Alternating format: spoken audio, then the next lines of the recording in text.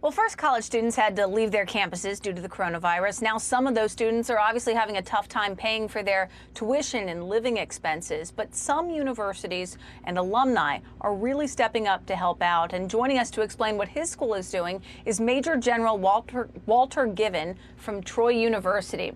General, thank you for joining us. And I've heard that your alumni are really stepping up to help pay students' tuition, even some things like rent. How is this working and how much money has been raised?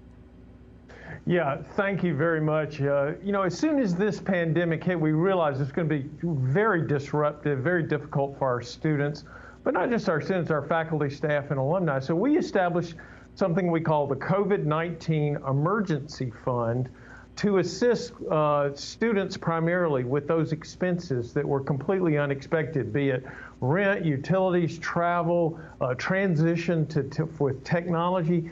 And to date, we've raised $62,000 thanks to the generosity of the Trojan Nation, who really have embraced the culture of caring we espouse here. How many people have received some of these payments? I mean, $62,000, that's not an insignificant amount. No, and especially in a short amount of time. And already 245 people have benefited from these payments.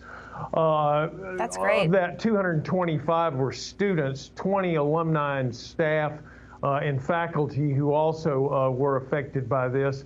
But not only that, we have, we recognized immediately because of having to leave campus, many of them, the transition online, there was disruption there. We prorated all of the housing, the parking, meal fees, things like that, and made sure people had that, either getting it as a refund or as a credit towards the next semester if they're coming back.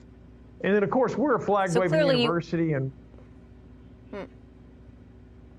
we're a flag-waving university with a great relationship with the military, and we've also waived the application fee for all of our military as a part of something to help them as well.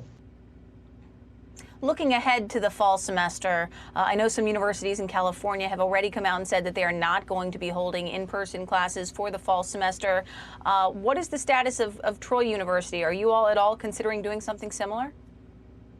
No, we're not. Well, we're actually leaning forward, and we are going through all the preparations necessary with full intention of opening for classes in the fall. Now, of course, we're balancing this, following all federal, state guidelines and recommendations for this, meeting regularly. We have a task force that stood up because we hold the student at the center of everything we do. We care about the student. We care about our faculty and staff. We're going to make sure it's safe and that we're going to follow all the precautions. But we're ready to come back. Our goal is to be ready to come back in the fall and hold classes, of course, with modifications to allow for safety. Well, I certainly hope you and all of the students get to return in the fall. General, thank you so much. Pleasure being with you. Thank you.